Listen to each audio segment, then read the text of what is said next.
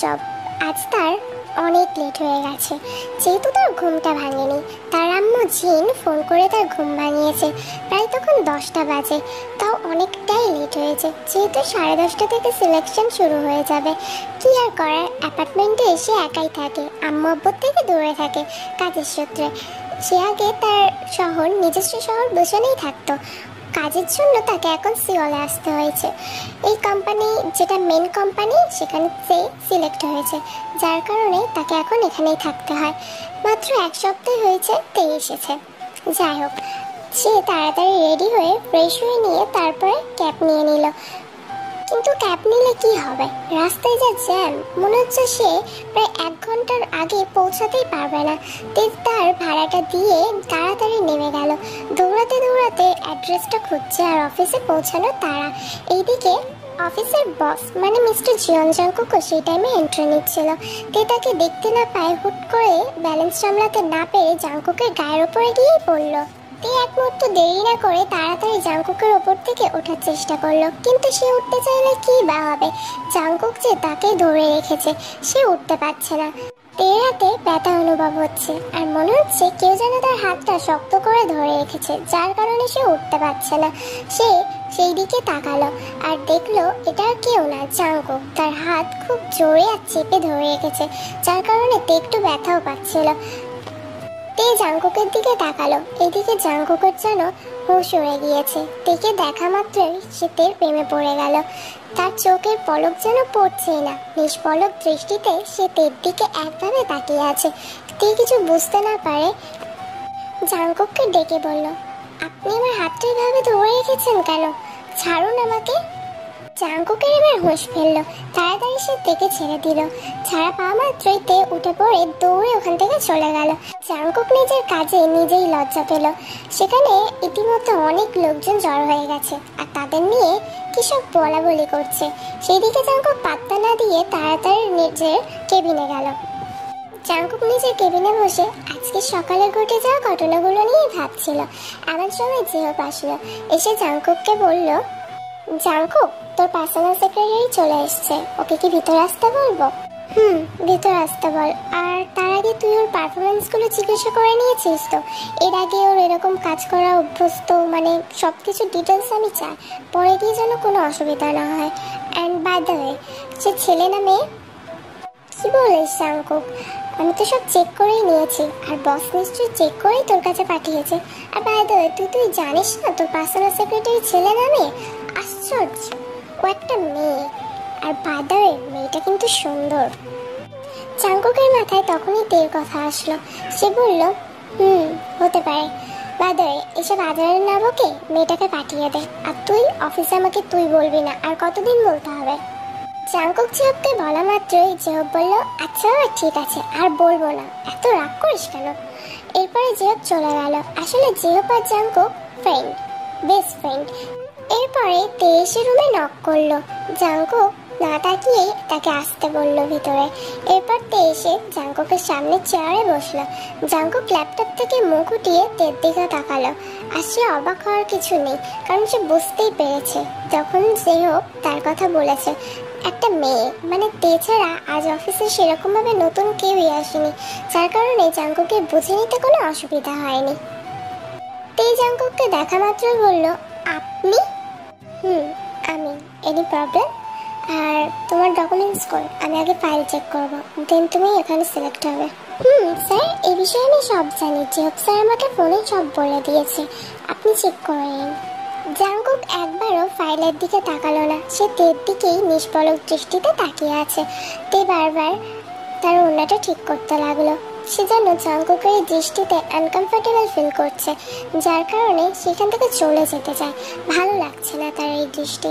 সে একটু সরে গিয়ে বলল, স্যার আপনার কি ফাইল দেখা হয়ে গেছে? তাহলে আমি যাব? না, আমার এখনো তো কিছু চেক করাই হলো না। আর তুমি তো এইমাত্র আসলে, এখনই যাওয়ার কথা ভাবছো? তাহলে কাজ করবে কি করে এখানে? না না স্যার, আপনি তো ভুল বুঝলেন, আমি মানে রুমের বাইরে যাওয়ার কথা বললাম, আমার রুমে। ও, আমি তো ভাবলাম অন্য কিছু। বাই দ্য ওয়ে, তোমার রুম? তুমি আমার সাথেই যখন থাকবে তাহলে তোমার আলাদা করে রুম কিসের দরকার? Cause you are my personal secretary, so আমার সাথে সাথেই তোমাকে থাকতে হবে। অ্যান্ড আমি তোমাকে একটা জিনিসও ক্লিয়ার করে দিতে চাই, হ্যাঁ তোমার জন্য আলাদা রুম রাখা হয়েছিল, বাট আমি এখন ভাবছি তোমার কেবিনটা এখানে শিফট করব। তোমার কোনো অসুবিধা নেই তো? না স্যার, আমার কোনো অসুবিধা নেই, কিন্তু ও গ্রেট, তোমার যখন কোনো অসুবিধা নেই তাহলে আমরা আজ থেকেই কাজ শুরু করে দিই। অ্যান্ড তুমি এই ফাইলগুলো আগে কালকের মধ্যে রেডি করে এনো। তুমি কাল থেকেই জয়েন করো, বিকজ ইউর ফার্স্ট ডেট। তো তোমার ফার্স্ট দিনে তোমাকে বেশি কাজ দিলাম না, যাও নিয়ে যাও। জাংকুক যখন তেকে ফাইলগুলো দিতে গেল তখন জাংকুক ইচ্ছা করে তের হাতটা ধরলো। তের যেন জাংকুকের টাচে আরো আনকমফোর্টেবল ফিল হচ্ছে, সে কিছু বলতেও পারলো না, তাড়াতাড়ি হাতটা সরিয়ে নিয়ে। স্যার তাহলে আমি এখন আসি? যাবে তো, তার আগে আমাকে কফি দিয়ে যাও। তের আর কি করার, ফাইলগুলো নিয়ে সে চললো কফি আনতে। অন্যদিকে জাংকুক তেকে দেখতেই লাগলো, তে যাওয়ার দিক থেকে একবারও চোখ ফেরালো না। তে কিছুক্ষণের মধ্যেই কফি নিয়ে জাংকুকের রুমে চলে আসলো। জাংকুক আবারও একই কাজ করলো, যখন সে কফিটা নিতে গেল তখন আবারও তের হাতে টাচ করলো, যার কারণে তে এবার বিরক্তি ফিল করলো। সে তাড়াতাড়ি হাত ছাড়িয়ে নিল আর বলল, স্যার আপনি এটা কি করছেন? জাংকুক তের দিকে তাকালো না, সে ফাইলগুলো ঘাঁটতে ঘাঁটতে বলল, কেন তোমার ভালো লাগেনি? স্যার আপনি এগুলো কি বলছেন? নাথিং, সেটা তোমার না বুঝলেও হবে, তুমি এখন আসতে পারো। তে নিজের রুমে বসে বসে ভাবতে লাগলো আজ সারাদিনের ঘটনা। জাংকুক এগুলো কি করছিল, বারবার তাকে টাচ করা আর এই ধরনের কথা, তার জন্য কোনোটাই ভালো লাগলো না। কিন্তু সে রিজাইন করতে চায় না, সে তার বাবা মাকে হেল্প করতে চায়, যার কারণে সে জবটা ছাড়বে না ঠিক করলো। তবুও জাংকুকের থেকে তাকে দূরে দূরে থাকতে হবে, এটা সে মনে মনে ভেবে নিল। তে ফাইলসগুলো নিয়ে জাংকুকের কেবিনে দিতে আসলো, দেখলো জাংকুক নেই। সে ফাইল রেখে চলে যেতে যাবে, হঠাৎ সে দেখলো তার পিছনে জাংকুক দাঁড়িয়ে। জাংকুকের চোখটা লাল হয়েছিল, চুলগুলো এলোমেলো আর শার্টটা ফোল্ড করা, তার গায়ে কোট নেই আর হাত দুটো তার পকেটে। তে অবাক হয়ে গেল, সে বলল, স্যার আপনি তো রুমে ছিলেন না? ও তুমি তাহলে দেখতে পাওনি, আমি তোমাকে কিছু বলবো। এরপরে জাংকুক তের কানের দিকে এগোতে থাকলো, তের হার্টবিট যেন বেড়ে যাচ্ছে, সে হাত পা যেন বাঁধা, সে কিছুই করতে পারছে না। আস্তে আস্তে জাংকুক তের কানের কাছে গিয়ে বলল, এত ভয় পাও তুমি আমাকে? তে তাড়াতাড়ি সেখান থেকে সরে গেল আর বলল, স্যার আপনি আমাকে দেখেছিলেন? চেহো বলছিল। ওয়েট, চেহো কি তুমি নাম ধরে ডাকলে?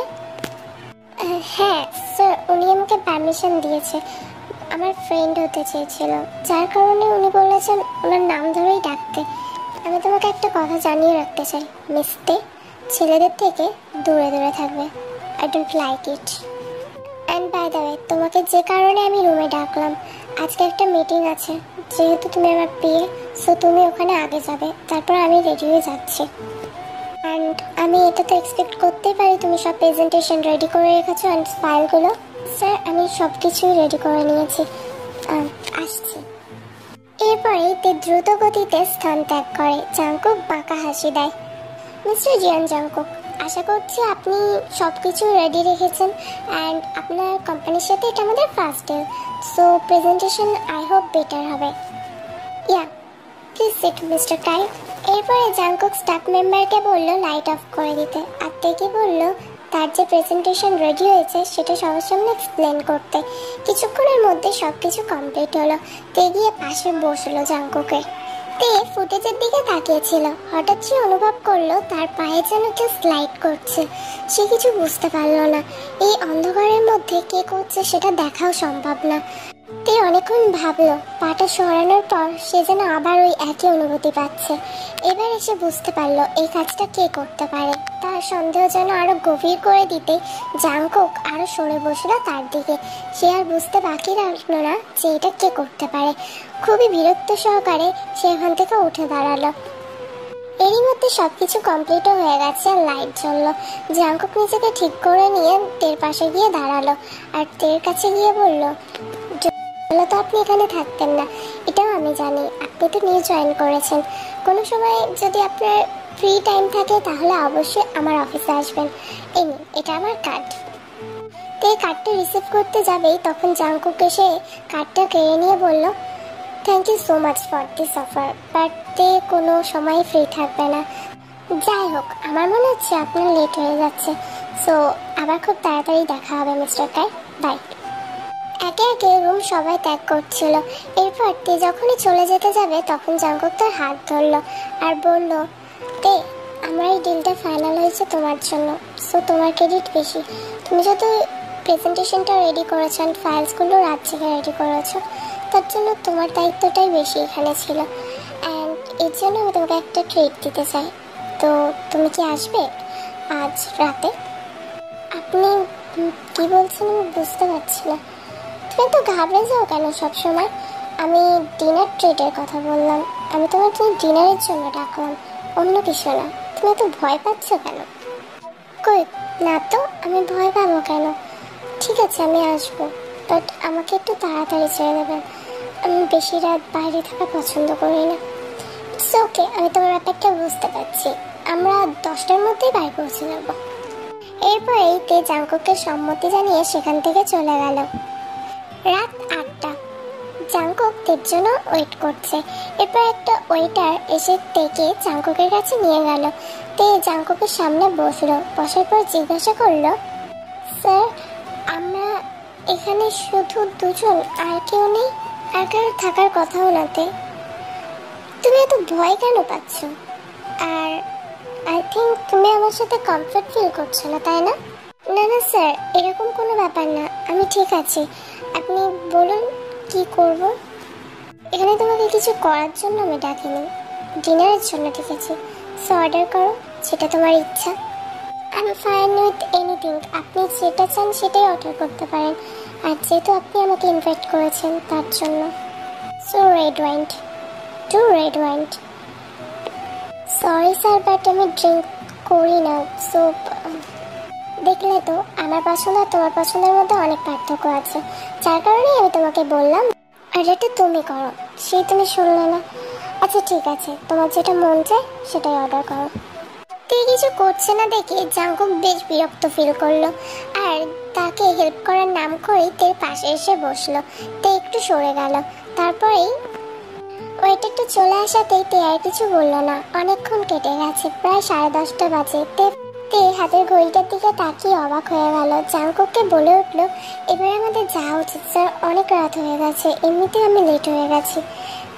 জাংকুক বলল, তুমি চিন্তা করো না, আর জাস্ট কিছুক্ষণ থাকো, আমি তোমাকে বাড়িতে ড্রপ করে দেবো। তের যেন দম বন্ধ হয়ে আসছে, আর ভালো লাগছে না। এখানে যেন কিছু একটা অন্যরকম ফিল হচ্ছে তার। এরপরেই তাকে অবাক করে দিয়ে জাংকুক তার হাতটা তের থায়ের উপরে রাখে। তে আর নিজের রাগ ধরে রাখতে পারে না। জাংকুক যেন লিমিটের সব কিছু ক্রস করে চলে গেছে। অনেক আগেই তার এই কথাটা মাথায় রাখা উচিত ছিল। তে আগে প্রতিবাদ করেনি, তাই বলে জাংকুক জানায় তাই করবে তার সাথে। সে জাংকুকের হাতটা সরিয়ে দিয়ে সজোরে জাংকুককে একটা থাপ্পড় মারে। ছি, আপনাকে আমি বিশ্বাস করে আপনার সাথে এসেছি, আর আপনি এগুলো কি করছেন? আপনাকে আমার বিশ্বাস করাটাই ভুল হয়ে গেছে। আমি আর এক মুহূর্ত এখানে থাকবো না। আপনার যদি এই মতলব থাকতো, আমি এটা আগে জানতাম, কোনোদিনও আপনার কোম্পানিতেও জয়েন হতাম না। আমি কালই রিজাইন করে দেবো। তে আই এম সরি, আমি জানি আমি যা করেছি ভুল করেছি। আর আমি তোমাকে একটা কথা বলতে চাই। এটা আমার অনেক আগেই বলে দেওয়া উচিত ছিল, তাহলে তোমার সাথে এগুলো আমি করতাম না। তে আমি তোমাকে ভালোবাসি। প্রথম দিন থেকেই তোমাকে আমি ভালোবাসি আর তোমাকে নিজের করে পেতে চাই। তার জন্য আমি ভেবেছিলাম তোমাকে আজ প্রপোজ করব। আমি বুঝতে পারিনি তুমি এতটা ওভার রিঅ্যাক্ট করবে। ও সিরিয়াসলি? একটা মেয়েকে আপনি টাচ করছেন আর বলছেন সে ওভার রিঅ্যাক্ট করছে? উইদাউট আমার পারমিশনে আপনি আমাকে টাচ করেন, সেটা কি আপনি বোঝেন না আমি আনকমফোর্টেবল ফিল করি? এতবার আপনি আমার মুখের এক্সপ্রেশন দেখেই তো সবাই সব কিছু বুঝে যায়। আর আপনি আমার ফেস এক্সপ্রেশন এতবার দেখেও বুঝতে পারেন আমি কোনটায় কমফর্ট আর কোনটায় না। আর বাই দ্য ওয়ে, আমি আপনাকে আরেকটা জিনিস জানিয়ে দিতে চাই, আমি এসব লাভটাপে ইন্টারেস্টেড নই। আর আমার ফ্যামিলি আমার বিয়ে অনেক আগেই ঠিক করে রেখেছে। আর আপনি নেক্সট টাইম এসব লাভ নিয়ে আমার কাছে কোনো রকম কিছু বলতে আসবেন না। আমি কালকে আপনাকে আমার রেজিগনেশন লেটার দিয়ে দেবো। আমি আপনার কোম্পানিতে আর জব করতে চাই না। তে বাড়ি বাড়ি চলে আসে, নিজের ফাইলটা বের করে। রেজিগনেশন টাইপ করার সময় সে লক্ষ্য করে এই কোম্পানির সাথে তাকে অন্ততপক্ষে 1 মাস হলেও কাজ করতে হবে। তারপরে যদি সে পছন্দ না করে তাহলে সে রিজাইন দিতে পারে। এটা দেখে তার মাথা গরম হয়ে যায়।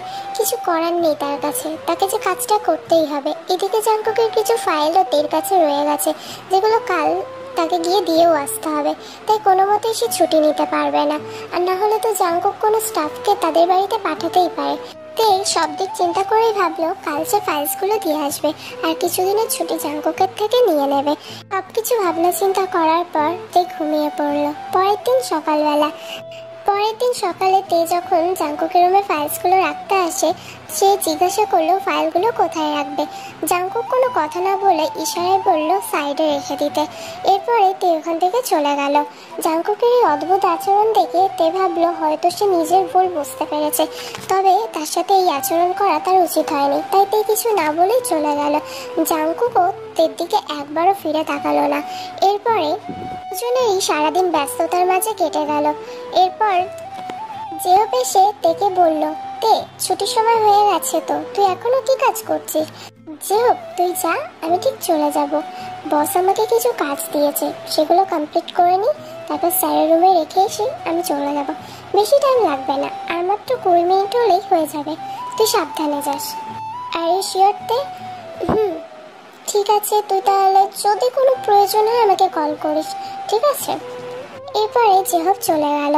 জাংকুক তের কাছে আসলো। এরপর তে ফাইলসগুলো নিয়ে চেকের হাতে দিয়ে বলল, স্যার আমি আসছি।